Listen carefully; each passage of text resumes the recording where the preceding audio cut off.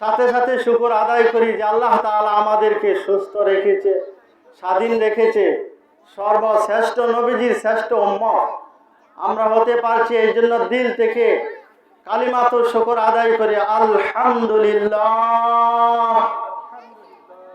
আলহামদুলিল্লাহ।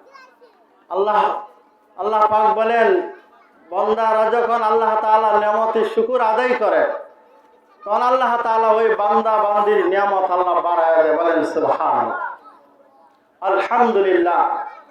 ইমাম ফখরুদ্দিন রাজি রহমতুল্লাহ আলাইহি বলেন, কেউ যদি অন্তর থেকে ইখলাসের সাথে আলহামদুলিল্লাহ বলে তাহলে আরবি 8টি হরফ আছে, আল্লাহ তাআলা তার জন্য 8টি জান্নাতের দরজাই খুলে দেন। বলেন সুবহানাল্লাহ।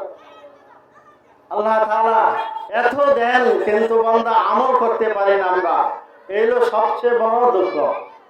তো এই মাহফিলগুলি হওয়ার উদ্দেশ্য হইল উলামায়ের তত্ত্ববহুল কথা থেকে আমরা যেন শুনে আমল করতে পারি, যারা জিন্দা আছি আর যারা পরপারে কবরে আছে তারাও যেন কবরে আযাব থেকে মুক্তি পায়।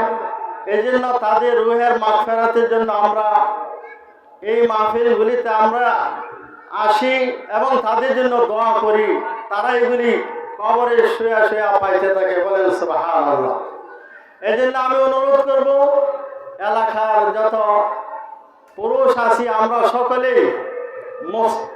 সকলেই আজকে মাহফিলে চলে আসি, কারণ এই মাহফিল তথাকথিত অন্য কোনো মাহফিল নয়, এটা হলো কোরআন ও হাদিসের মাহফিল, মাগফিরাতের মাহফিল, জান্নাতের যাওয়ার মাহফিল।